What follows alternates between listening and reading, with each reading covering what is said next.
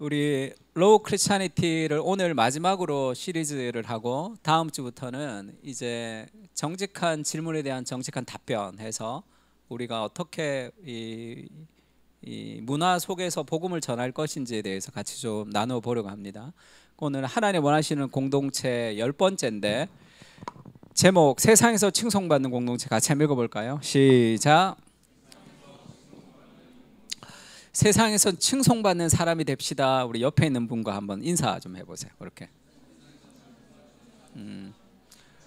매력적인 그리스도인이 됩시다. 그렇게 한번 인사하세요. 예. 네.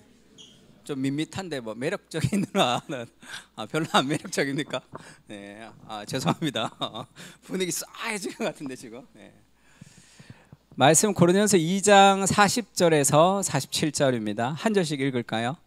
또 여러 말로 확증하며 권하여 이르되 너희가 이 패역한 세대에서 구원을 받으라 하니 그 말을 받은 사람들은 세례를 받음에 이날에 신도의 수가 3,000이나 더하더라.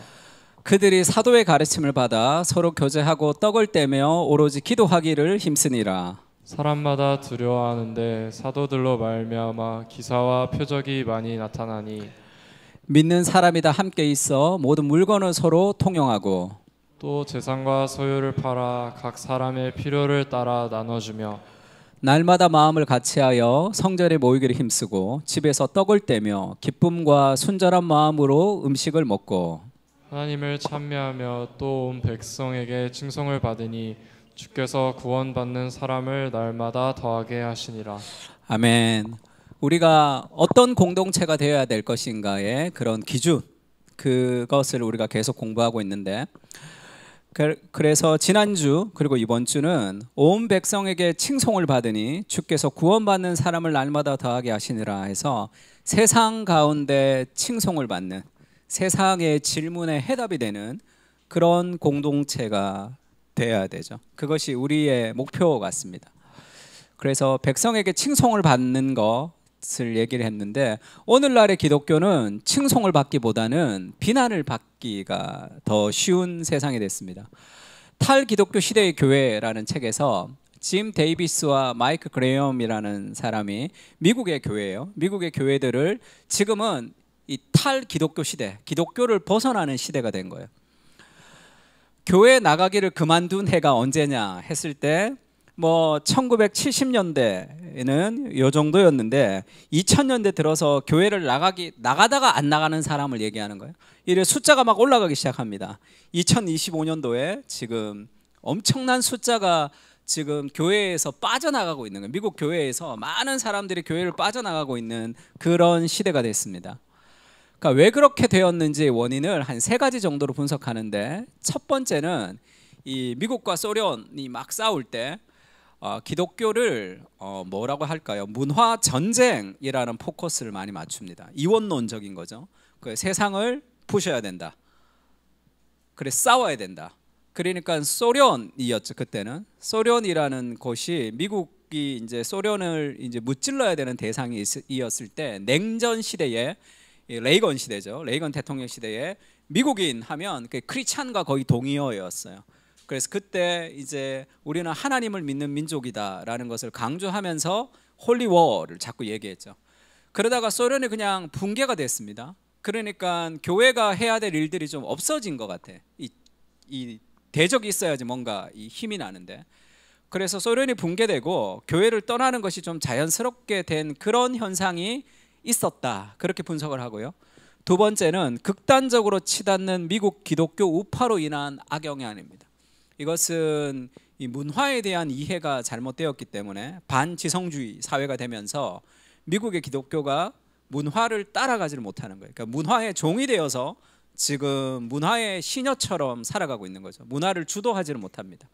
그래서 미국 기독교 우파가 극단적으로 치닫기 때문에 사람들이 정치적으로도 그렇고 상식적인 사람들이 교회를 떠나는 일들이 이제 많이 발생된 거죠.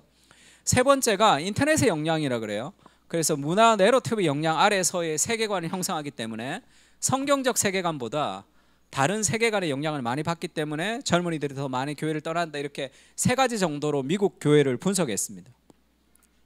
원래 제목이 The Great Dechurching이에요. 그러니까 어마어마하게 디처칭, 교회를 떠난다는 그런 거죠. 그러니까 엄청난 교회 이탈의 현상, 그렇게 제목을 썼습니다.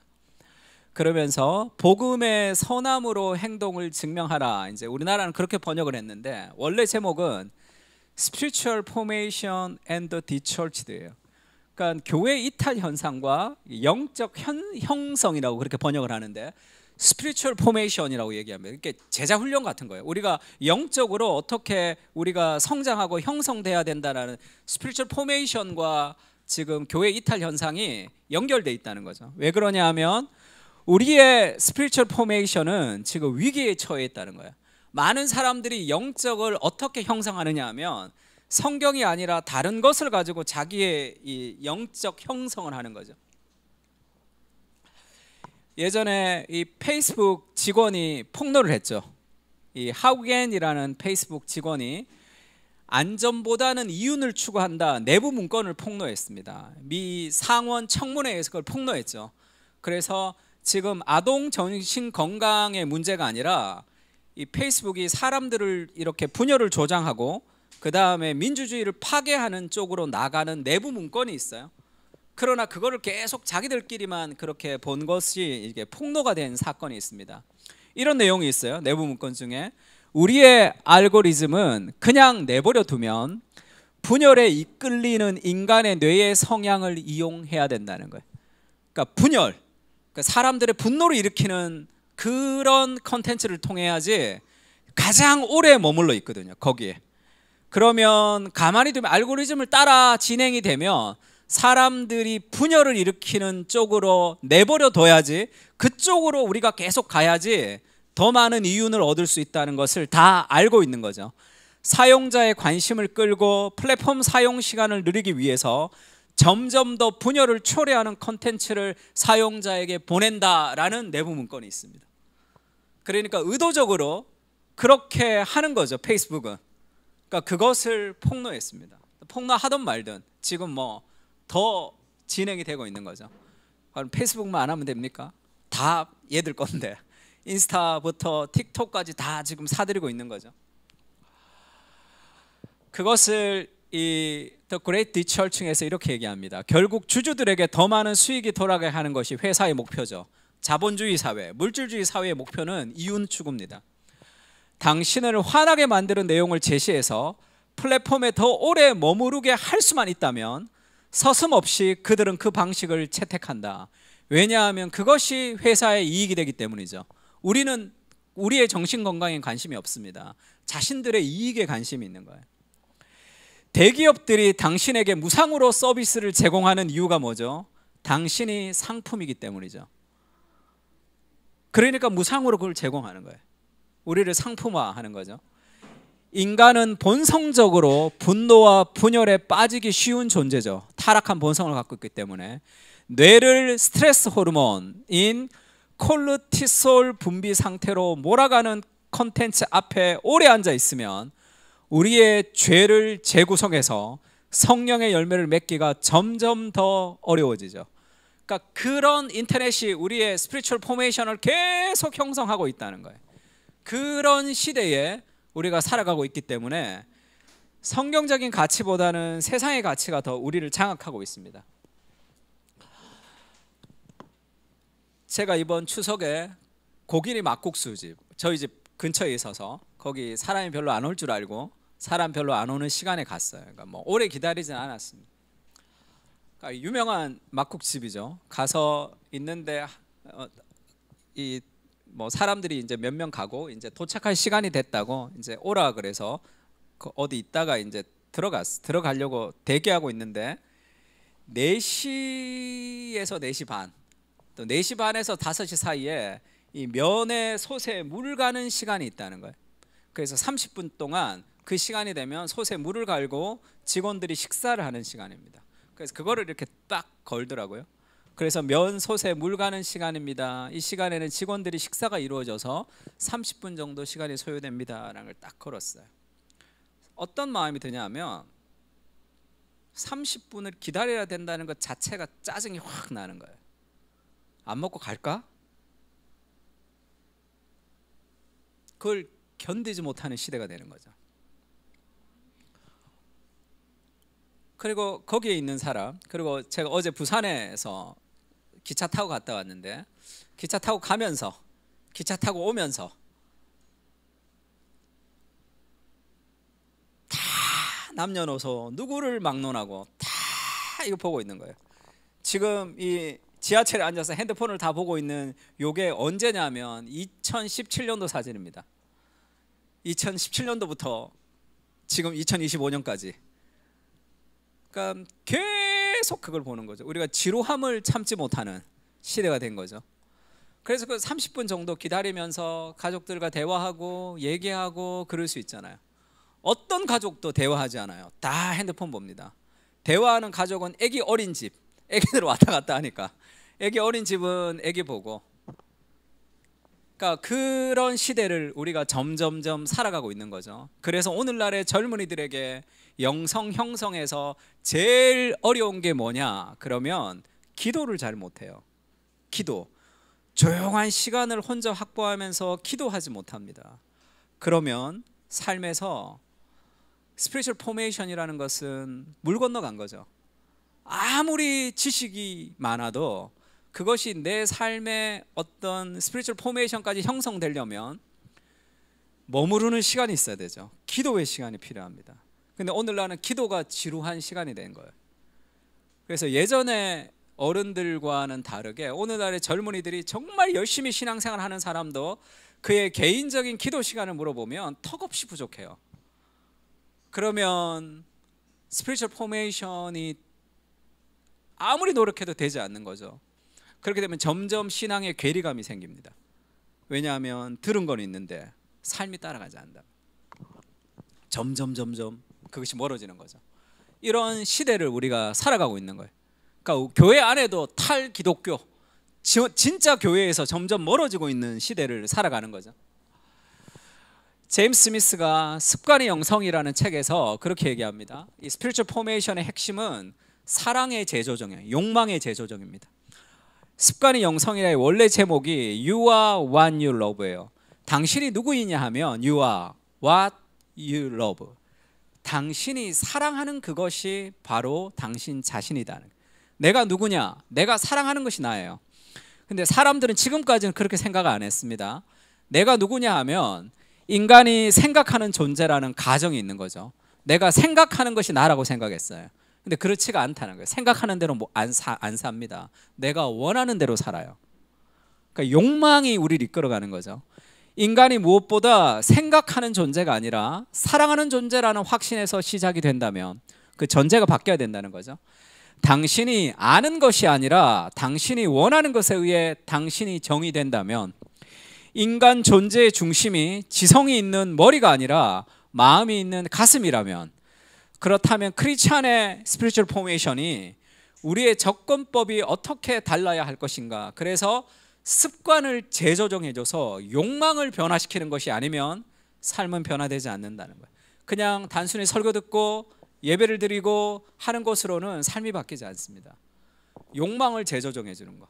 그래서 제가 제자훈련 할 때도 중요하게 생각하는 게 일주일 동안 살았던 삶을 시간표를 다 제출해야 돼요.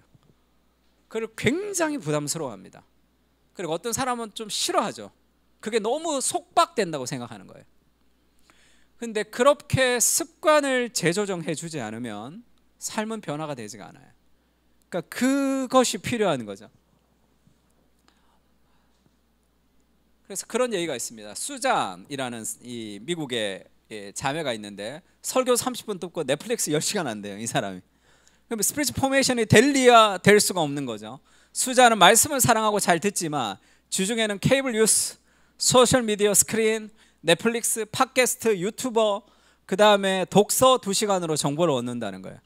교회 활동 2시간을 주중 내내 수잔을 형성하는 다른 많은 시간과 비교해 보면 교회 활동이 너무 미미하다. 영적 형성의 위기를 피할 수 없는 현실이다.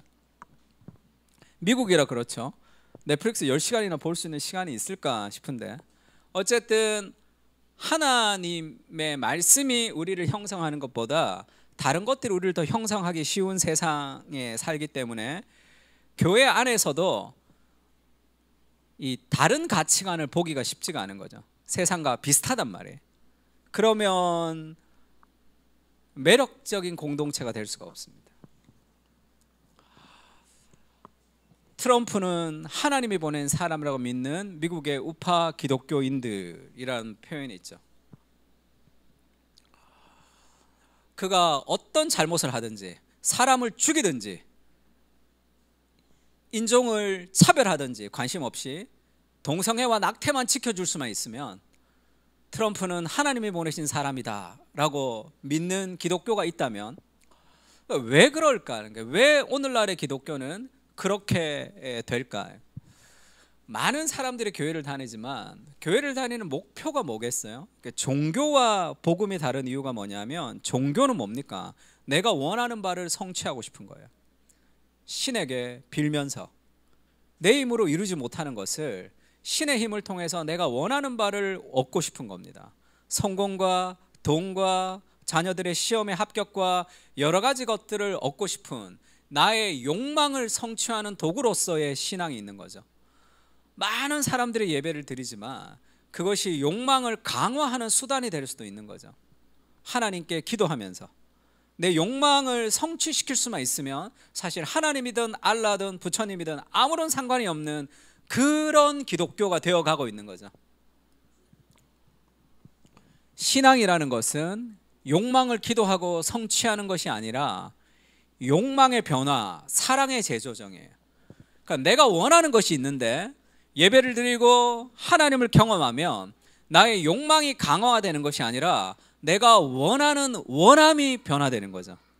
나의 뜻대로 되지 마시고 아버지의 뜻대로 되기를 원하나이다 하면서 그것이 내가 내 욕망을 성취하면서 살아가는 것보다 더 의미 있고 행복한 것인 것을 깨닫는 것이, 그것이 복음이라고 할 수 있습니다.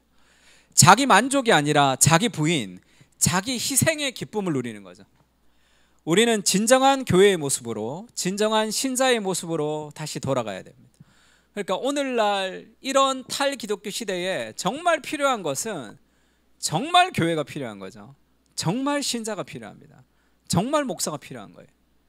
그런 차별성, 하나님 앞에 살아가는 삶의 차별성이 필요한 거죠. 예레미야서에는 이런 말씀이 있습니다. 같이 한번 읽을까요? 여호와께서, 시작. 여호와께서 그의 손을 내밀어 내 입에 대시며 여호와께서 내게 이르시되 보라, 내가 내 말을 내 입에 두었노라. 보라, 내가 오늘 너를 여러 나라와 여러 왕국 위에 세워 내가 그것들을 뽑고 파괴하며 파멸하고 넘어뜨리며 건설하고 심게 하였느니라 하시니라. 예레미야에게 하나님이 그렇게 얘기하십니다. 이스라엘을 어떻게 회복시키냐 하면 이스라엘의 포로로 끌려가기도 하죠. 하나님은 우리를 버리지 않을 것이다 라는 신념이 있었지만 그건 다 무너졌습니다. 하나님이 이스라엘을 포로로 끌려가게 하시는 거예요. 교회들이 막 무너지기도 합니다. 그리고 신앙적으로 기독교가 막 이렇게 나락으로 떨어지기도 하죠. 왜 그렇게 하시느냐? 거룩을 회복시키고 싶은 거죠. 그래서 하나님이 이스라엘을 회복시키실 때 그것들을 뽑고 파괴하고 파멸하고 넘어뜨리는 작업이 먼저 필요해요. 왜냐하면 잘못 세워졌기 때문에. 그 다음에 건설하고 심게 하는 거죠. 그러면 오늘날 탈기독교 현상이 막 일어나고 있는 이 시대는 어쩌면 거품이 빠질 수도 있겠죠.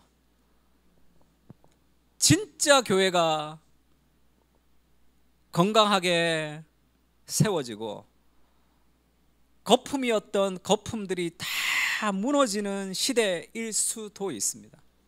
하나님의 방식이 그런 거죠.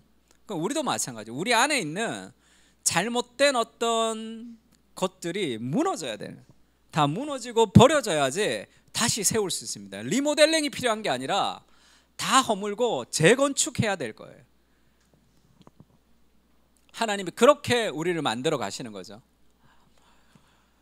예전에 이 쇼츠 이런 게 있었죠. 우리가 뭐 슈가인가 그 사람이 이제 그 광고를 했죠.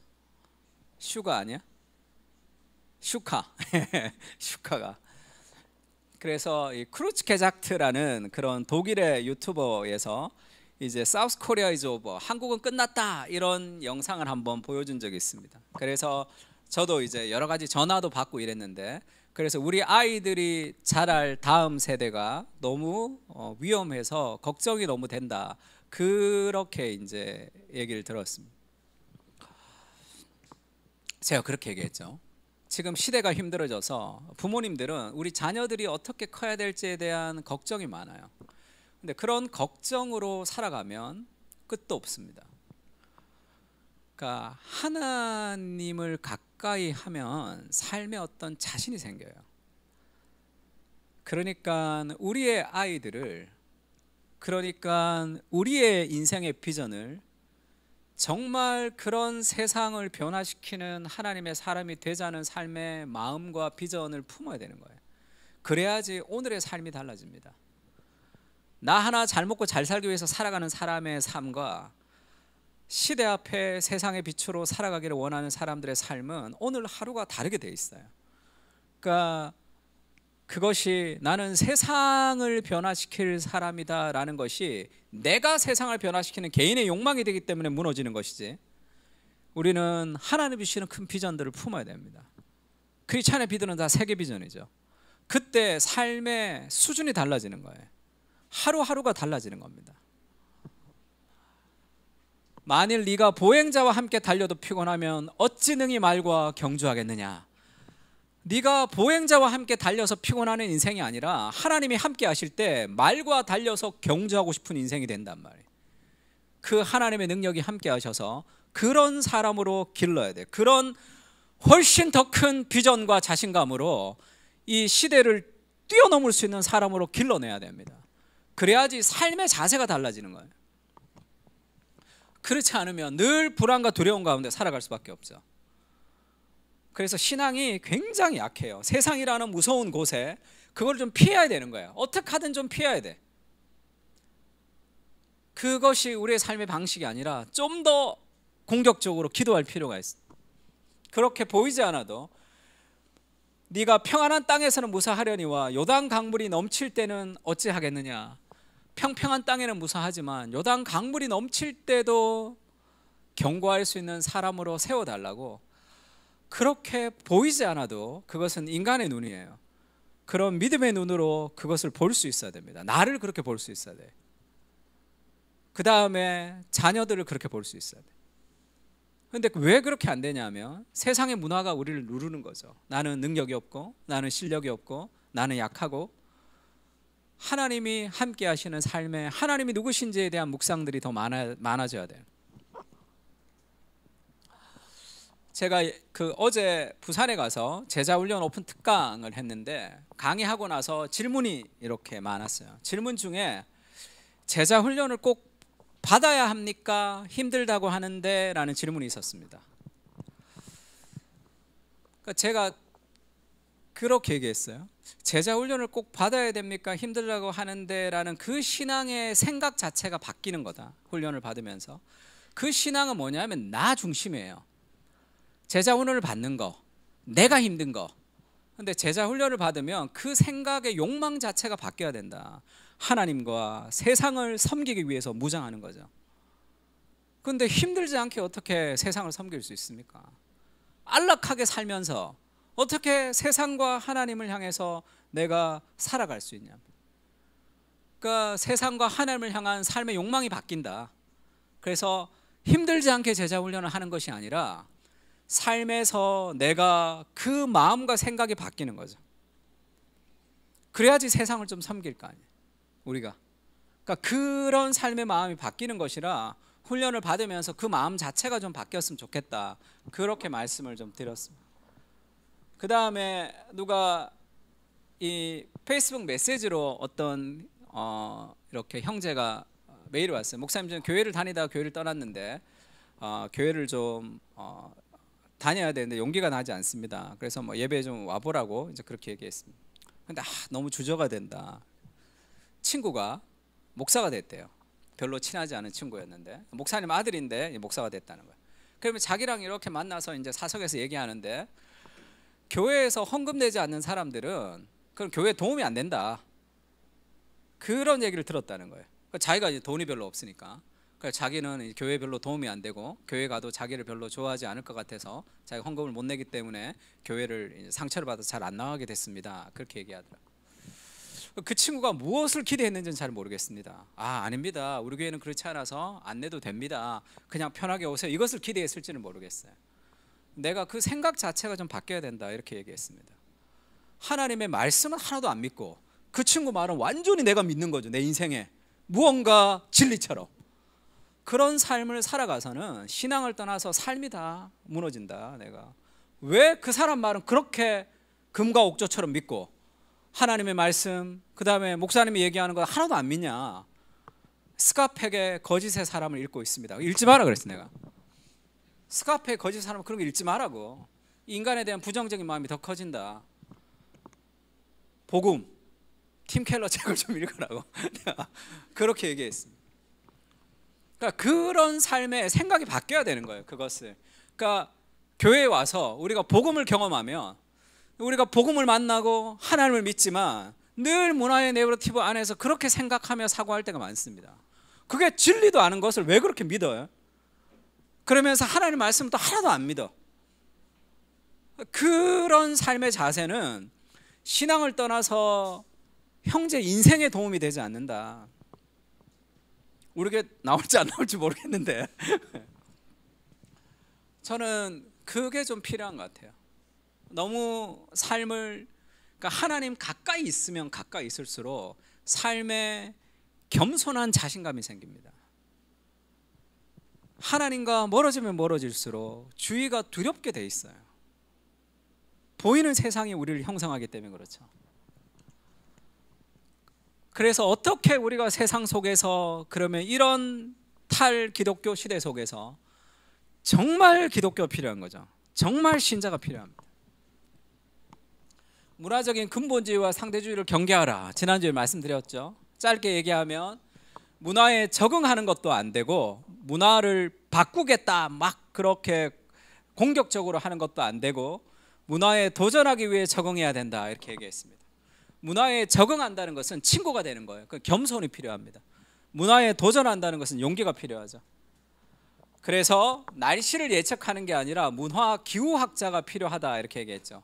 매일 뉴스에 올라오는 피드에서 즉각 반응하는 그런 뉴스의 사건에 적응하는 날씨를 예측하는 사람이 아니라 그 문화 안에서 작동하는 깊은 가치, 이데올로기, 내러티브 그리고 그 패턴을 연구해서 평가하는 사람들이 필요해서 그 문화 속에서 그 문화적 내러티브와는 다른 삶의 방식, 그들 속에 있는 더 깊은 갈망을 해결해 줄 수 있는 해답을 줄 수 있는 기독교인들이 필요하다 그렇게 얘기했습니다.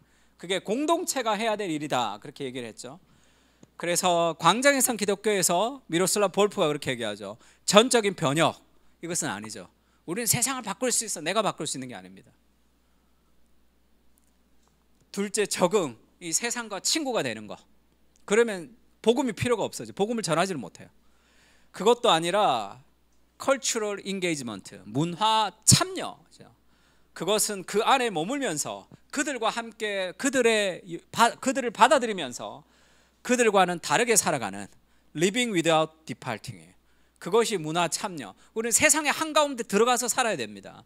그러나 다른 삶의 가치관, 복음의 삶의 가치관을 통해서 그들에게 진정한 행복이 무엇인지를 알려줄 수 있어야 돼요. 진정한 해답이 무엇인지를 알려줄 수 있어야 됩니다.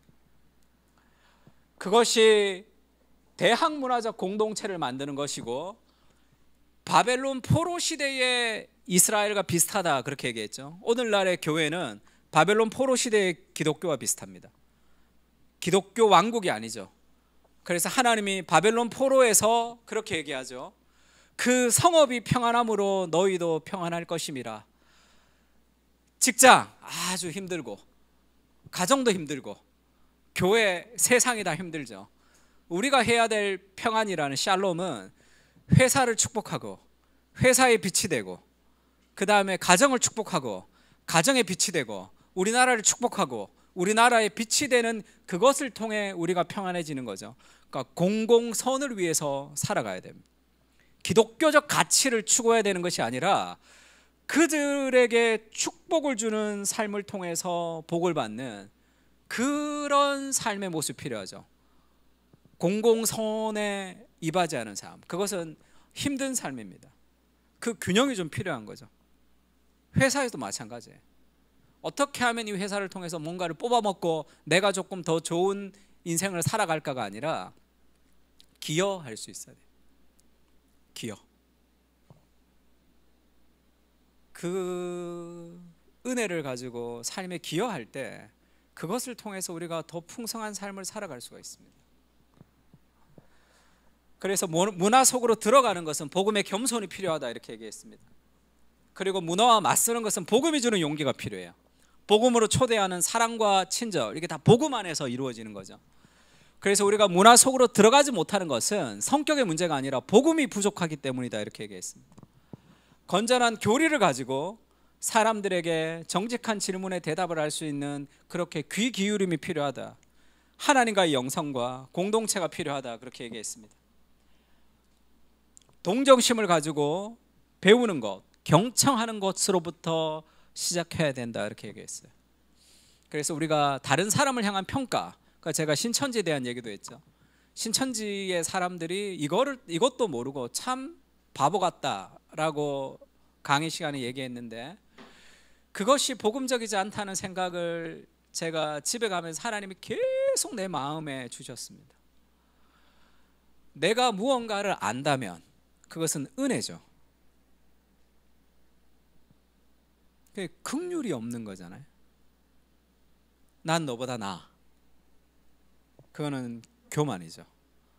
나보다 남을 낮게 여기는, 그러니까 그들을 긍휼히 여기는, 비판도 할 수 있고 잘못된 것을 잘못됐다고 얘기할 수도 있습니다.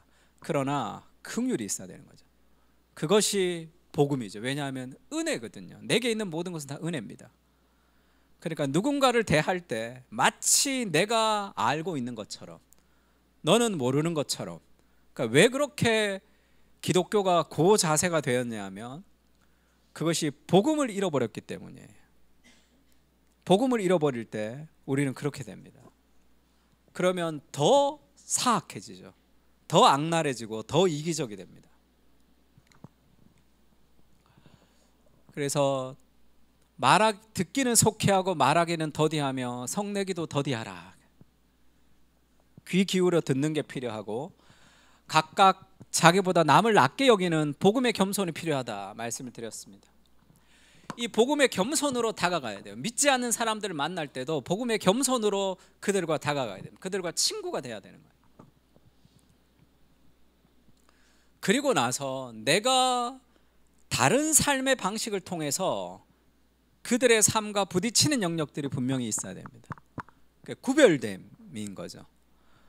어떻게 하면 구별될 수 있을까를 생각할 필요 없이 내가 복음 안에서 살아가면 그것이 구별됩니다. 생각, 가치관, 어려웠을 때 사람들을 향한 위로, 모든 것이 복음적인 것이 더 매력적이게 돼 있어요. 그것이 문화와 맞서는 복음이 주는 용기가 필요하죠. 앤드루 델방코가 미국이 하나님 중심, 신 중심, 종교 중심이었죠. 그러다가 국가 중심으로 바뀌었습니다. 계몽주의 이후에 신 중심이라고 생각했는데 이 신 중심은 잘못된 신 중심이죠. 교회 중심. 그런데 계몽주의 이성이 발달하면서 교회가 가르쳤던 것이 이게 잘못된 게 너무 많구나라는 것을 깨달았어요. 과학이 발달하면서. 그러면서 인간이 스스로 행복을 추구할 수 있다라고 생각이 들었습니다. 인간의 이성이 스스로 행복을 추구할 수 있어서 그 다음에 우리가 기대하는 게 뭐죠? 국가죠. 국가가 인간의 행복을 책임질 수 있다고 생각했어요. 근데 이게 무너졌습니다. 왜냐하면 이 계몽주의의 이성을 따라 살았더니 민주주의가 끝까지 갔고 개인의 자유가, 그러니까 무분별해지고 자본주의가 끝까지 간 거죠. 그러니까 전 세계가 지금 다 어떤 자본주의의 끝물에서 지금 굉장히 다 고통하고 있는 거죠. 그 다음에 이 자아 중심으로 옮겼다는 거예요. 그것을 레슬리 위긴이 그렇게 얘기했습니다. 세상을 이해하는 계몽주의 방식이 더 이상 우리를 만족시킬 수 없다는 사실도 알아야 된다. 그리고 이제 안 거죠. 이제는 자본주의와 민주주의의 시대가 이게 끝까지 왔다는 것을 사람들이 인식하고 있습니다. 신중심에서 탈피했는데, 계몽주의가 탈주술화 됐는데, 그 다음에 행복을 인간 스스로 만들 수 없다는 시대까지 온 거예요. 18세기의 설명들은 더 이상 우리에게 의미를 줄 수 없습니다. 이 미완의 과업 너머로 또 하나의 새로운 과제에 직면해 있죠. 이제는 사물의 실상에 대한 새로운 이해를 추구해야 합니다. 그것은 막다른 길에 이르렀다는 느낌에 맞서서 의미의 새로운 지평을 열어야 할 때임을 알려준다. 이게 뭐죠? 복음의 삶을 그들에게 알려줘야 돼요. 왜냐하면 세상은 답이 없습니다. 그 전에 교회에서 얘기했던 것은 잘못됐다는 걸 알았어요. 그것은 비복음적 교회의 가르침이죠. 그 다음에 인간의 이성으로 무언가를 만들어 보려고 했는데 더 나은 세상이 되지 않는 데까지 온 거예요. 그래서 많은 사람들은 다 불안과 걱정과 두려움 속에 살아가고 있습니다. 또 다른 세계관, 해답을 줄 수 있는 세계관이 있다는 것을 우리의 말과 우리의 삶으로, 우리의 공동체로 증거할 수 있어야 되는 거죠. 홉스와 루소의 인간관의 차이가 뭡니까? 홉스는 만인의 만인을 위한 투쟁, 원래 라틴어를 그대로 번역하면 인간은 인간에게 늑대다, 그런 뜻이죠. 그것을 너무 멋있게 번역했는데, 인간은 타락한 본성을 가지고 있다, 그렇게 얘기합니다. 루소는 인간은 선하다는 거죠. 그래서 좋은 교육을 통해서 세상은 바뀔 수 있다 얘기합니다. 이런 갈등이 있는 이유가 뭐냐면, 이 문화는 진리의 파편들을 붙들고 사는 거예요. 모든 사람들은 인간은 타락했다는 것만으로 부여 살면 어느 부분은 설명할 수 있지만 어떤 부분은 설명하지 못합니다. 그러니까 삶에 모순이 생기는 거예요. 인간은 선하다, 내가 남들에게 잘해주면 남들은 다 잘해준다, 진심으로 사람을 대하면 진심으로 대해준다, 그러다가 사기당한단 말이에요. 그러면서 완전히 무너지죠. 그것은 신앙의 문제가 아니라 잘못된 신념을 가지고 있었기 때문이죠. 그러니까 다 세상에 대한 해석되지 않는 삶을 살아가기 때문에 모순이 발생해서 늘 어렵죠. 힘듭니다. 한강 작가가 노벨상을 타면서 그렇게 얘기했죠. 세계는 왜 이토록 폭력적이고 왜 이토록 아름다운가? 그 딜레마가 있는 거죠. 이것이 일반 은총을 가진 사람이 세상을 깊이 보면서 생기는 두 가지의 모순이죠. 이것을 복음이 아니고서는 해결할 수가 없습니다. 틴켈러가 그런 얘기를 한번 해요. 사형리의 복음, 그것은 교리적 복음이지만 그것은 이제는 이 포스트 모던을 담을 수 없다는 거예요.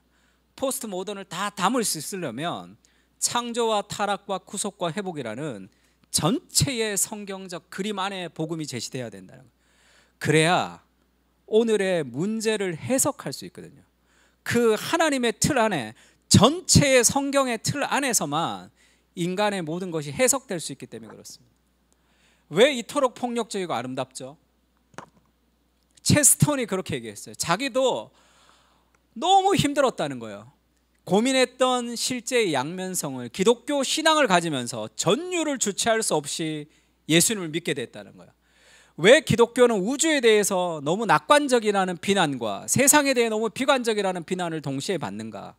이 공존이 자기를 얼어붙게 했는데, 창조와 타락이라는 쌍둥이 진리를 아우르는 성경의 이중 초점의 인생관을 알면서 해석이 돼버린 거예요.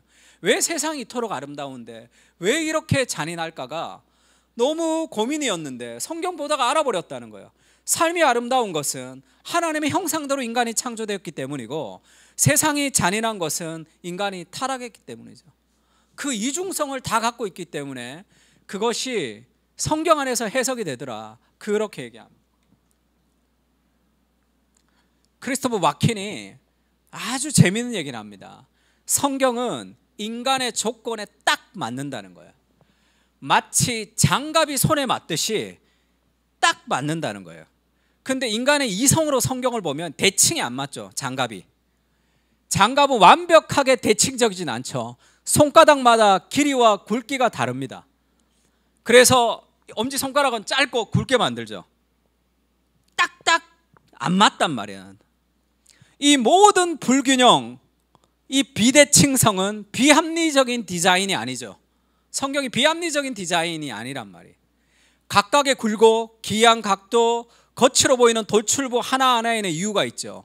그 이유는 모두 인간의 손에 꼭 맞도록 만들어졌기 때문에 이게 장갑을 보면 이게 하나도 대칭적이지 않고 엄지손가락, 새끼손가락, 가운데 손가락 다 다르게 만들어져 있지만 왜 그렇게 만들어져? 이게 딱 안 맞다. 왜 안 맞냐 하면 인간의 손에 딱 맞도록 만들어졌기 때문이죠. 그렇게 얘기합니다. 삶의 문제에 지친 현대인들에게 문화 변증의 메시지는 늘 똑같다. 성경을 한번 끼워 보십시오. 놀랍게도 딱 맞는다는 사실을 알게 될 것이다. 당신의 인생의 수많은 문제에 창조와 타락과 구속과 회복이라는 그 하나님의 세계를 끼워 넣으면 딱 맞아지는 거죠. 해결할 수 없는 삶의 모순을 가지고 살아갑니다. 모든 사람들은 삶의 모순을 해결하지 못하기 때문에 엄청난 스트레스를 받으면서 살아가고 있어요. 그 모순을 해결하기 위해서 엄청나게 애쓰지만 인간의 어떤 노력으로도 해석되지 않는 삶의 모순을 가지고 힘겹게 살아가고 있습니다. 그들의 그 힘겨움을 우리가 받아주면서도 그 인생의 질문에 대한 해답, 그것이 그리스도인 것을 삶으로 보여줄 수 있어야 돼요. 그래서 유대인이 표적을 구하고 헬라인은 지혜를 찾죠. 오늘의 사람들은 성공과 사랑을 구합니다. 근데 그것이 그들에게 진정한 만족을 줄 수는 없다, 그렇게 얘기했죠. 유대인이 표적을 구하고 헬라인이 지혜를 찾는 거, 오늘날 사람들이 성공과 돈과 사랑을 추구하는 거, 그것은 성공과 돈을 추구하는 게 아니라 그랬죠. 사랑을 추구하는 게 아니라고 얘기했습니다. 사랑을 통해 얻고 싶어하는 궁극적 무엇입니다. 궁극적 만족을 추구하는 거예요. 왜 그렇게 열심히 일하죠? 일을 통해서 얻고 싶어하는 궁극적 만족입니다. 그런데 그것은 일을 통해서는 얻어지지가 않아요. 그것에 어떤 기쁨을 느낄 수는 있습니다. 잘 될 때. 그러나 그것이 무너지고 안 되면 다 허물어지는 거예요. 만족을 줄 수 없는 거예요. 그들이 찾는 표적과 지혜가 십자가를 딱 들이대면 꺼리는 것이 되고 미련한 것이 됩니다. 그들이 구하는 갈망을 우리가 받아들이면서도 그들이 찾는 그것을 통해서는 진정한 만족이 없다는 것을 알려주는 용기가 필요하죠. 십자가의 반대가 필요합니다. 그러나 유대인이나 헬라인이나 그리스도는 하나님의 능력, 그들이 정말 찾는 표적의 궁극적 갈망이 그리스도를 통해서 받는 능력이죠. 내가 뭔가를 이루지 않아도 자신이 완전한 사랑과 인정을 받고 있다는 그 은혜와 그 하나님의 능력이 우리를 더 성취 있게 합니다. 그리고 헬라인이 찾는 궁극적 지혜가 십자가 안에서 그들이 찾는 지혜라는 것을 알려주는 것이죠. 사람들이 성공과 지혜를 찾는 것, 표적과 지혜를 찾는 것은 결국 궁극적인 만족인 그리스도를 찾는 거예요. 그러니까 그들이 찾는 것이 이원론, 너 잘못됐어, 그거는 망해, 그게 아니라 그것을 받아주고 긍휼히 여기고 들어주고 친구가 될 수 있죠. 그러나 그들이 찾는 궁극적인 갈망은 그들이 찾는 것을 통해서는 이루어지지 못하는 것을 우리의 삶을 통해서 알려줘야 됩니다. 그리고 그들이 정말로 궁극적으로 찾는 그 갈망이 복음 안에서 이루어진다는 것을 알려줘야 되죠. 근데 그런 크리스찬들이 많지가 않은 거예요. 왜냐하면 복음이 내 삶에 만족을 주지를 못하거든. 나에게도 다른 것이 필요하단 말이에요. 근데 그것은 허물어집니다. 진정한 만족을 줄 수 없는 거예요. 그래서 이 복음을 문화의 욕망을 전복적으로 성취하는 것, 이렇게 표현하는데 이 구절을 트레빌 왁스가 이렇게 표현했습니다. Subversive fulfillment니까 이거는 체제 전복적 이런 단어죠. 어떤 체제를 뒤집어 버린다 할 때 쓰는 단어입니다. 그러니까 복음이라는 것은 오늘날의 문화를 완전히 뒤집어 버리는 그런 체제 전복적인 능력이 있는 거죠. 왜냐하면 그들이 찾는 궁극적인 만족이 결국 복음 안에 있기 때문이죠. 그것을 우리가 누리는 거예요. 그래서 사람들에게 진정한 만족이 여기 있다는 것을 알려줄 수 있어야 되는 거죠. 그게 용기입니다.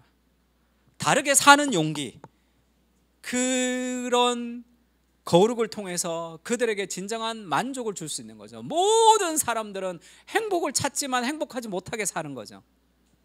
왜? 모순이 있기 때문에 그렇습니다. 삶에.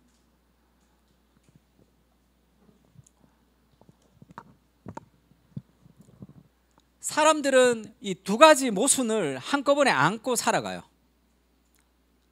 근데 어떤 거는 성경하고 맞는 것도 있습니다. 그러나 어떤 것은 성경과는 완전히 다르게 되는 게 있어요. 이 두 가지 모순 때문에 삶이 힘들죠.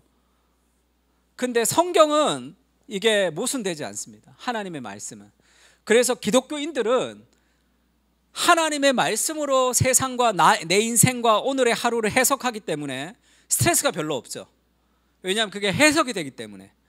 그러나 복음을 모를 때는 이게 두 가지 상충되는 진리가 모순이 발생하기 때문에 늘 스트레스 가운데 살아갈 수밖에 없어요. 삶이 해석되지 않습니다. 그러면 성경과 연결되는 것으로 함께 얘기하면서 이 문제는 이렇게는 해결이 안 되니까 하나님의 말씀, 성경 안에서만 해석된다는 것을 이 모순을 드러내주는 방식으로 그들을 초대하라. 쉽게 얘기하면 바울이 그렇게 얘기합니다.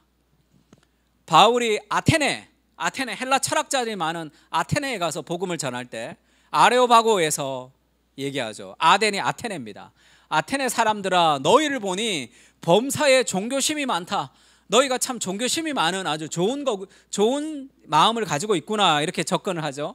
내가 두루 다니며 너희를 위하는 것들을 보다가 알지 못하는 신에게라고 새겨진 단도 보았다. 그러니까 종교심이 많으니까 어떤 신을 섬기는데 알지 못하는 신도 막 섬긴단 말이에요.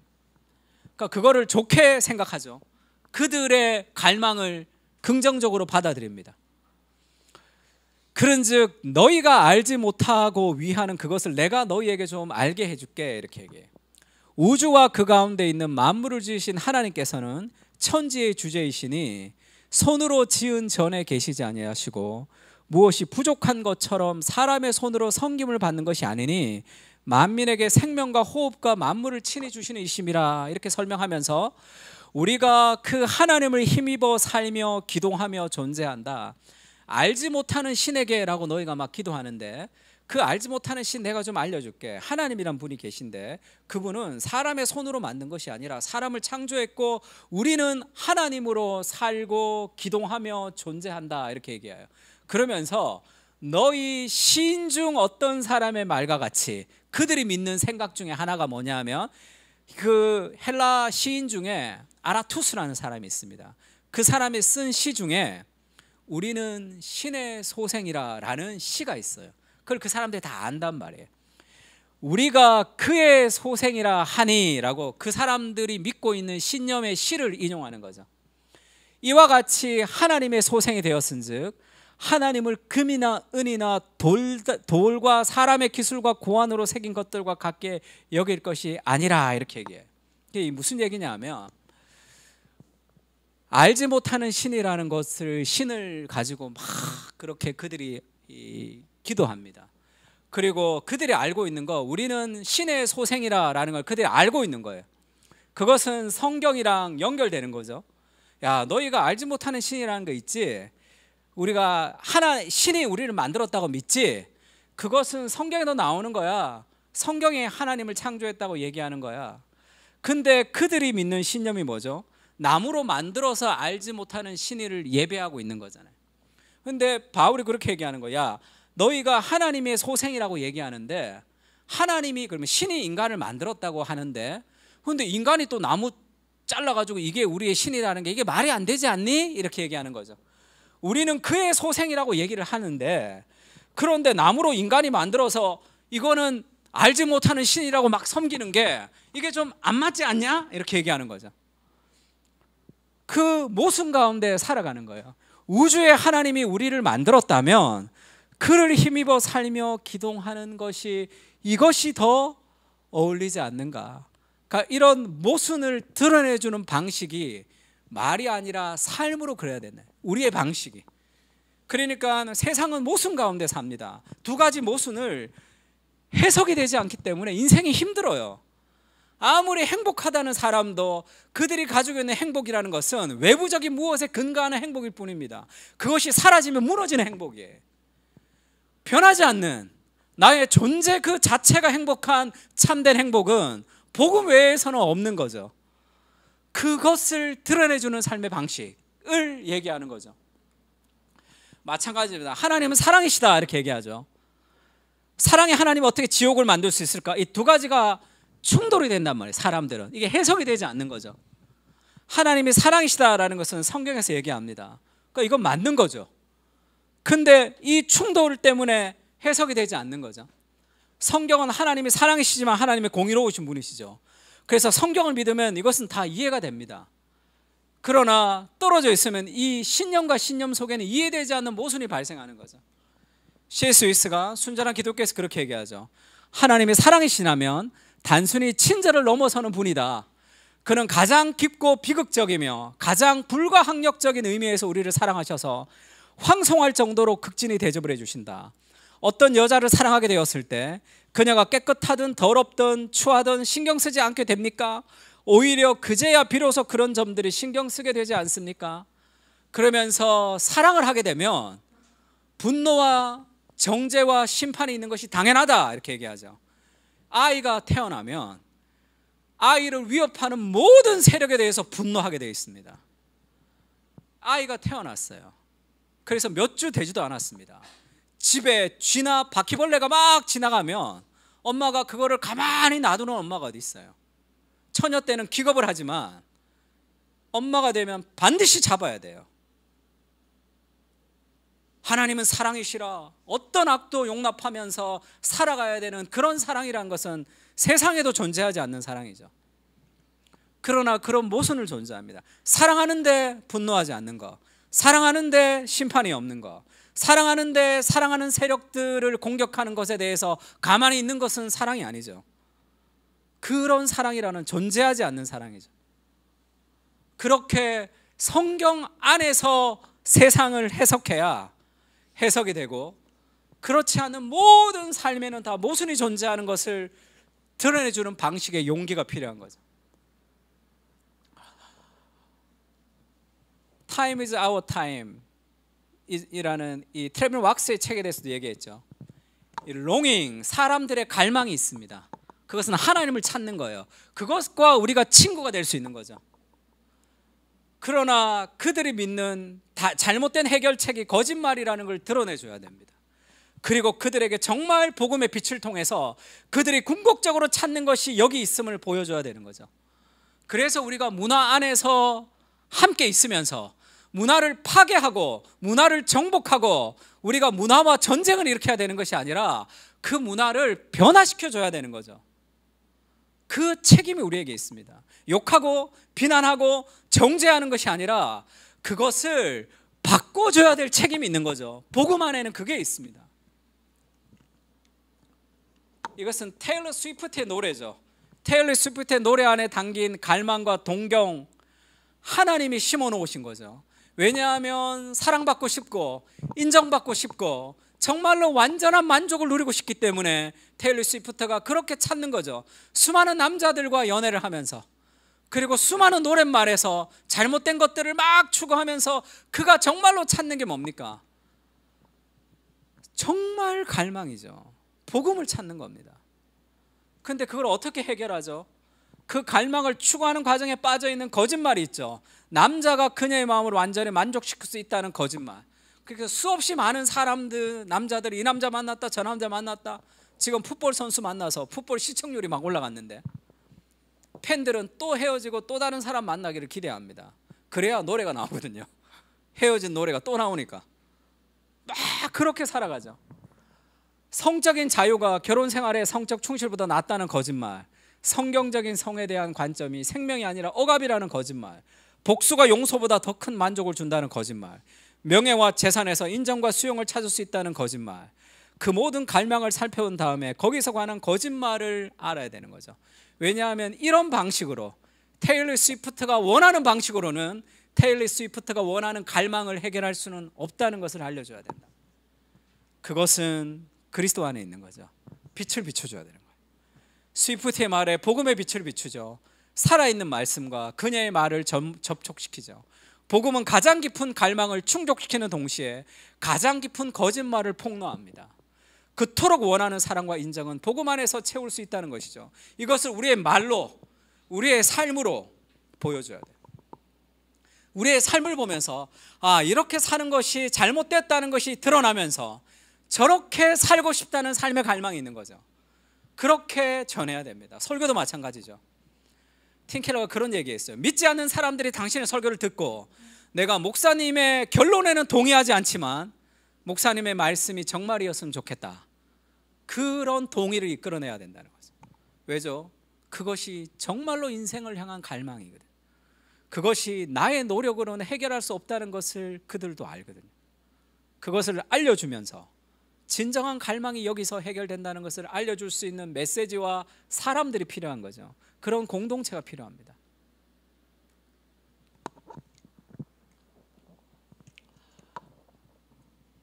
그래서 복음으로 통합하는 거예요. 문화 속에서 복음으로 통합하는 거예요. 전쟁을 하는 게 아닙니다. 비난하는 게, 어둠을 저주하는 것으로는 어떤 것도 변화되지 않아요. 그거는 바보 같은 짓이죠. 세상의 빛이라, 우리를 빛으로 부르셨잖아요. 근데 어둠을 저주하고 있으면 어떡해? 빛을 비춰야지. 여기서 바보는 좀 적절한 것 같아요. 적절한 비유인 것 같습니다. 그걸 비춰야 되는 거죠. 통합하는 겁니다. 이게 문화 전쟁이 아니에요. 개인의 자유를 존중해야 된다. 공동체 하면 공동체의 유익과 개인의 자유라는 것은 다 이원론적으로 생각합니다. 사람들은 그러니까 개인의 자유를 추구해야 된다고 추구하는 사람들은 매력적으로 보이지만 결국 공동체가 붕괴가 돼버리죠.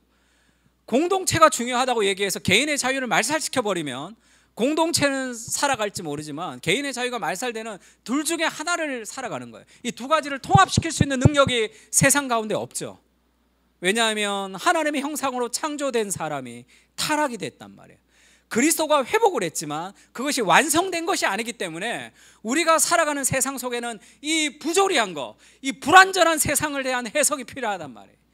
그래서 성경의 전체에 대한 이해가 필요한 거죠. 성경을 열심히 읽고 성경적인 세계관이 우리의 세계관이 될 때 우리가 그것을 해석해낼 수 있단 말이에요. 사람들을. 그래서 복음은 삼위일체 연합과 자유입니다. 성부는 성자가 아니고 성자는 성령이 아니죠. 각각 고유한 개별성을 가지고 있으면서도 서로가 셀프 기빙 러브, 서로를 위해서 희생하기를 기뻐하는 연합을 통해서 각각의 고유성과 연합이 동시에 이루어지는 그런 삼위일체 연합과 자유가 우리의 공동체 안에 있어야 되는 거죠. 각 개인의 개성이 말살되지 않으면서 하나가 되는, 그것이 복음 안에서만 통합될 수 있는 거죠. 획일적이지 않는. 그래서 결국 우리가 문화 속에서 문화에 참여라는 것은 복음으로 통합시키는 거예요. 좀 힘든 사람, 어려운 사람, 내가 싫어하는 사람, 그들과 함께 가서 그들의 삶의 모순이 클수록 성격이 더 이상해집니다. 그 삶의 모순을 점점 좀 좁혀주는 삶의 해결자가 되는 거죠. 그게 우리가 이 땅을 살아가는 삶의 사명이라고 할 수 있습니다. 그래서 복음으로 초대하는 거죠. 복음의 공동체가 필요합니다. 그것이 말이 아니잖아요. 너희 마음에 그리스도를 주로 삼아 거룩하게 하고 너희 속에 있는, 같이 읽어볼까요? 너희 속에 있는, 시작. 너희 속에 있는 소망에 관한 이유를 묻는 자에게는 대답할 것을 계속 항상 읽을까요? 준비하되 온유와 두려움으로 하고 선한 양심을 가지라. 그리스도를 마음의 주로 삼아 거룩하게 하고, 그러면 우리의 속에 있는 소망에 관한 이유를 묻는 사람들이 생깁니다. 여러 가지 재정이 어려워도 너는 왜 그렇게 행복하냐? 막 진급이 되지 않고 승진하지 않아도 너는 왜 그렇게 그것이 너의 마음을 왔다 갔다 하지 않냐? 우리 안에 있는 소망에 관한 이유를 묻는 사람들이 생기는 거죠. 궁금증을 유발하는 삶을 살아갈 수밖에 없습니다. 복음은 세상과는 완전히 다르거든요. 왜 그렇게 하지? 그렇게 생각하죠. 저도 이 찰스 테일러의 세큘러 에이지 지금 펀딩을 해서 출판 이제 앞두고 있는데, 번역을 했는데 출판사에서 돈이 없다 그래서 펀딩을 해서 그거를 출판하기로 했습니다. 그런 일이 많잖아요. 그 사람들 다 지금 엑셀 파일에 돈 들어온 사람들 정리해야 되죠. 주소 다 해야 되죠. 내가 아무런 유익 없이 나도 돈 주고 그것을 산다고 생각하는 사람은 거의 없습니다. 마치 책 한 권이라도 공짜로 받겠지라고 생각하는 경우가 많아요. 그러니까 그렇지 않다는 것을 사람들은 잘 생각하지 않는 거죠. 그렇지 않은데 왜 그런 일을 하지? 그게 필요하기 때문이죠. 사람들에게. 찰스 텔러의 세큘러 에이지가 번역이 되면 이 문화에 대해서 정말로 많은 부분들에서 사람들에게 유익할 수 있기 때문에 엑셀 작업을 하는 거죠. 귀찮고 힘든 작업이지만 그것을 통해서 많은 사람이 유익을 누릴 수 있잖아요.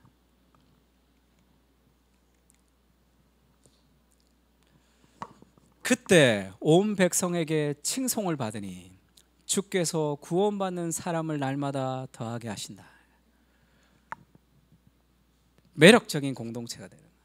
매력적인 그리스도인. 그것은 매력을 막 발산하려고 노력하는 것이 아니라 복음에 충실할 때 매력적인 공동체와 매력적인 그리스도인이 되는 거죠. 야, 그렇게 살아가면 너만 바보돼. 그렇게 얘기하죠. 그거는 내가 진심으로 대하면 세상이 나를 진심으로 대할 것이라는 잘못된 생각 속에 있기 때문에 그렇습니다. 복음은 그렇지가 않아요. 내가 유익하지 않아도 하나님이 기뻐하신 일이라면 꾸준히 할 수 있는 그 힘과 에너지를 복음이 우리에게 줍니다. 당장의 유익이 없어도. 그래서 결국은 그 삶이 결국은 가장 선한 결과를 내는 것을 경험하는 거죠.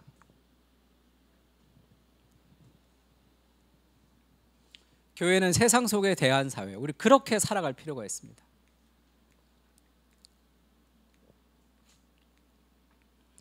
그런 공동체가 돼야 되는 거죠. 그래서 성령의 열매를 맺어가는, 성령의 열매는 깎여야 된단 말이에요.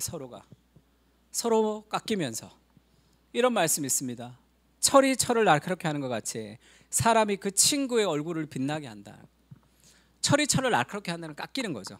힘든 사람들을 사랑하면서, 어려운 것을 행하면서. 교회 안에서도 마찬가지입니다. 너희는 같이 읽을까요? 시작. 너희는 유대인이나 헬라인이나 종이나 자유인이나 남자나 여자나 다 그리스도 예수 안에서 하나이니라. 어떤 차별도 없이 한 사람 한 사람의 가치를 인정해 줄 수 있는, 한 사람 한 사람의 삶을 세워줄 수 있는 그런 공동체가 필요하죠. 내가 좀 좋아하는 사람, 내가 편한 사람, 같이 있고 싶어하는 것이 인간의 본성입니다. 복음은 그걸 넘어서게 해요. 하나님이 죄인된 우리를 위해서 인간이 되셔서 찾아오셨잖아요. 직장에서, 가정에서, 세상에서 나와 좀 잘 맞지 않는 사람들, 그런 사람들에게 우리가 다가갈 수 있는 은혜는, 다가갈 수 있는 능력은 복음 외에는 그 어떤 것도 우리에게 줄 수 없습니다. 왜냐하면 give and take죠. 제가 나한테 이렇게 했는데 왜 내가 이렇게 해야 돼?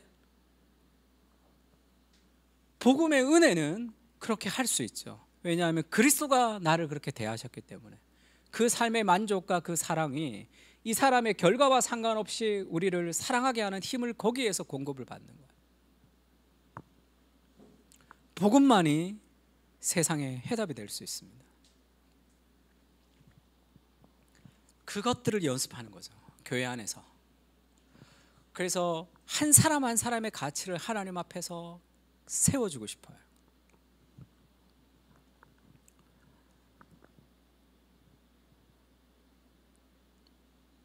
우리 하진이가 몇 달 전이죠. 와서 그냥 이렇게 놀다가 하진아 학교 생활 어떠냐 그러니까 학교 생활이 힘들다. 왜 힘들냐 하면 아이들이랑 뭐 힘들고 내가 뭐가 좀 늦다. 나는 뭐를 잘 못해요. 이렇게 얘기하더라고요. 야, 토끼와 거북이 보면 거북이 좀 늦지만 마지막에 이렇게 승리하는 게 낫냐, 처음부터 빨리 달리는 게 낫냐, 마지막에 하는 게 낫죠. 그래서 야, 초등학교 다닐 때 목사님 완전 이렇게 그 뭐라 그럴까요? 열외 반 있죠. 학업이 좀 떨어져서 그 우등생 말고 열등생 모으는 거기 목사님 거기 있었는데, 목사님 지금 네가 보기에는 똑똑해 보이지? 똑똑해 보인다는 거야. 나중엔 다 잘 될 거야. 너 목사님 기도하면 다 되는 거 알지? 뻥을 쳤어요 제가. 하나님이 이루어 주신다. 네. 다 안다는 거야. 너는 어떻게 될 것 같아? 잘 될 것 같아. 근데 그것은 넌 잘 될 거야, 잘 될 거야라는 그런 희망을 심어주는 게 아니라 그리스도가 목숨을 버려서 건지는 인생이죠. 그거를 믿을 때 다 잘 됩니다. 그걸 믿지 못할 때, 왜냐하면 세상에서 그렇게 얘기해. 너 이거 못해, 이거 못해, 이거 못해. 그 다음 주부터 제가 가면 이렇게, 하진아 넌 어떻게 될 것 같아? 쑥 지나가면서 이렇게 그거를 하나님의 음성으로 듣고 믿고 붙들고 살아야 돼요. 그러면 하나님이 우리의 연약한 인생을 통해서 위대한 일을 행하신다. 그렇게 보이지 않아도 그렇게 믿고 기도해야 됩니다. 그게 진리죠. 그게 진리라. 오케스트라 같은 거예요. 저 사람 성격이 왜 저렇지? 나랑 잘 안 맞아. 그런 게 있죠. 교회에서도 간식 시키다가 싸움 많이 난단 말이에요. 어떤 사람은 좀 이렇게 넉넉하게 시키고 싶고, 어떤 사람은 이렇게 교회 돈이니까 좀 아끼고 싶고, 교회 돈을 너무 함부로 쓰는 거 아니야? 이렇게 생각하고, 어떤 사람은 교회에서 먹는데 좀 풍성해야지 생각하고, 그래서 막 싸우는 경우도 있어요. 각각 다른 삶이죠. 다른 삶과 다른 가치를 가지고 살아가는 모든 사람들이 복음이라는 공통 요소로 오케스트라가 된단 말이에요. 다 각자의 소리를 내면 정말 시끄럽습니다. 근데 이게 복음이라는 하나의 공통 요소로 그 절대음에 우리가 맞춰지는 거죠. 그때 각자 다르기 때문에 아름다운 소리를 내는 거죠.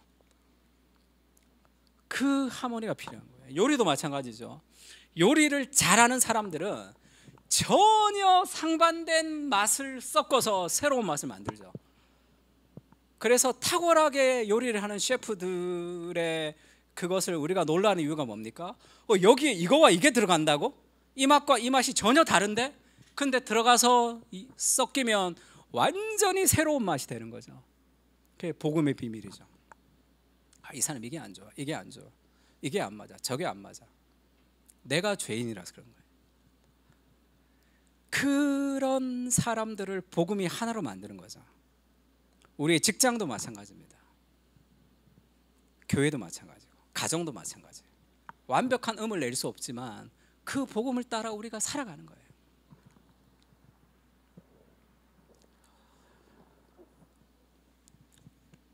필립 얀시가 교회 나의 고민 나의 사랑이라는 책을 썼습니다.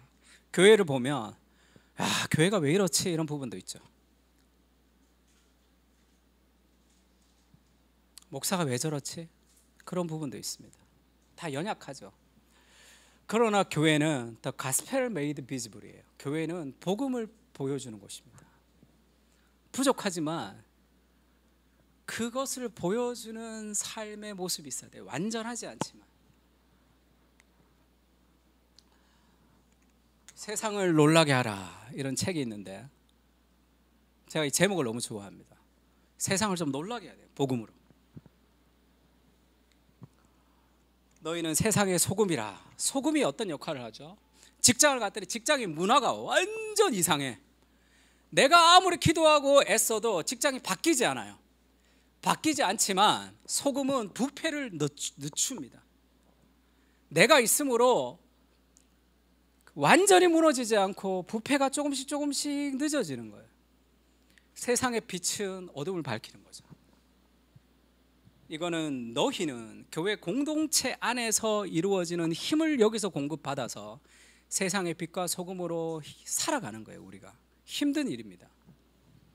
세상에서 빛으로 살아가려고 직장 안에서 노력해 보세요. 어떻게 되는가? 엄청 힘들어요. 짜증나는 사람, 그런 사람 말 안 하고 살아가는 게 훨씬 더 쉽습니다.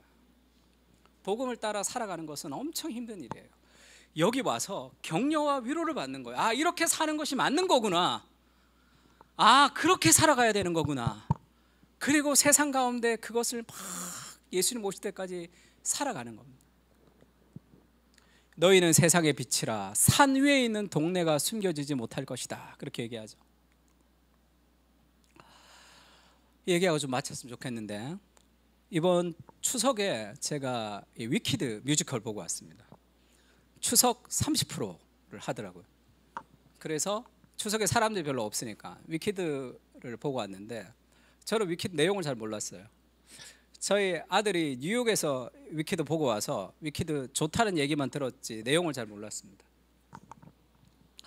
보면서 굉장히 여러 가지 생각이 들었는데, 이 나쁜 마녀라고 생각하는 초록 마녀는 원래는 안 나빠요. 근데 나쁘게 여론을 조성하는 거예요, 지도자들이. 그래서 나쁜 마녀가 돼버렸어요. 그래서 이 죽을 때 사람들이 막 자비는 없다, 나쁜 마녀가 죽어서 좋다, 이렇게 마지막까지 그 사람들은 그렇게 믿습니다. 가짜 뉴스에 현혹이 돼서 살아간단 말이에요. 그렇게 사람들이 이 문화의 내러티브 안에서 현혹이 되기가 쉬운 세상 가운데 살아가는데, 유명한 노래가 있죠. Defining Gravity라는 노래가 있습니다. 노래가 좋아서도 뭐 유명하지만 마지막 1막이 끝날 때 이 마녀가 쫙 올라가면서 노래 부르면서 끝이 나요. Defining Gravity가 무슨 뜻이죠? 중력을 거슬러 올라간다는 거죠. 가슴이 터지는 줄 알았어요. 저는 그게 그렇게 좀 느껴졌습니다. 그런 문화에 적응하며 살아가는 건 쉽습니다. 그렇지 않게 복음으로 살아가려면 중력을 거스르는 것 같은 에너지가 필요한 거죠. 근데 나는 그렇게 순응하고 살고 싶지가 않다. 인종을 차별하고 동물을 차별하고 그 다음에 가짜 뉴스를 믿으면서 적대적으로 만들어가는 그런 문화의 내러티브 안에서 살고 싶지가 않은 거죠. 중력을 거슬러 올라가는 삶을 좀 택하겠다, 그렇게 느껴졌어요. 쫙 올라가는데 가슴이 터지는 줄 알았습니다. 하나님, 나도 저렇게 좀 살고 싶습니다. 다 살아가는 세상 말고.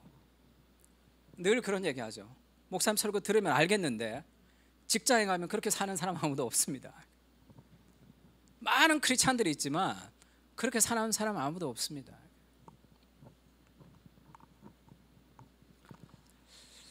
그렇게 살아가면 좋겠다. 그런 공동체, 그런 개인이 되면 정말 매력적이죠. 그리스도를 닮는 것이 가장 매력적인 인생입니다. 왜냐하면 해답이 없는 세상에 해답을 제시하는 삶을 살아가는 거죠. 우리의 삶을 통해서. 찬양 중에 이런 찬양이 있습니다. 주 안에 우린 하나, 모습은 달라도 예수님을 바라볼 때 우리가 하나가 되는 거죠. 그분이 기뻐하시는 모습, 주님 우리를 통해 계획하신 일이 너를 통해 하시를 기대해, 이런 찬양이 있습니다. 우리가 하나로 모으는 거죠. 또 이런 찬양도 있어요. 아무도 예배하지 않는 그곳에서 주를 예배하리라. 아무도 찬양하지 않는 그곳에서 내가 주님을 찬양하리라. 누구도 헌신하지 않는 그곳에서 주께 헌신하리라. 누구도 증거하지 않는 그곳에서 내가 주님을 증거하겠다. 내가 밟는 모든 땅이 주님을 예배하게 하소서. 주의 보혈로 덮어지게 하소서. 내가 선이고 주의 거룩한 곳 되게 하소서. 주의 향기로 물들이소서. 너무 멋있죠? 아무도 예배하지 않습니다. 그렇게 살아가는 사람이 잘 없어요. 그래서 탈기독교 시대가 된 거 아닙니까? 문화에 매력적이지 못하는, 문화의 모순에 해답을 줄 수 없기 때문에 세상은 고통하고 있습니다. 그 삶에 해결되지 않는, 해석되지 않는 인생 때문에 사람들은 고통하는 가운데 살고 있어요. 그리스도인이 복음으로 빛을 비추지 못하면 어두워지는 거죠. 그 세상의 모든 잘못된 것은 우리의 책임이라고 생각하는 그런 마음들이 좀 필요하죠. 그렇게 좀 살았으면 좋겠습니다. 하나님, 우리의 공동체가, 우리의 개인이 아무도 예배하지 않는 그곳에서라도 우리가 예배하며 살아가는 그런 삶을 살겠습니다. 그런 마음의 소원이 좀 있었으면 좋겠습니다. 같이 한번 찬양할까요? 아무도 예배하지 않는 찬양합시다.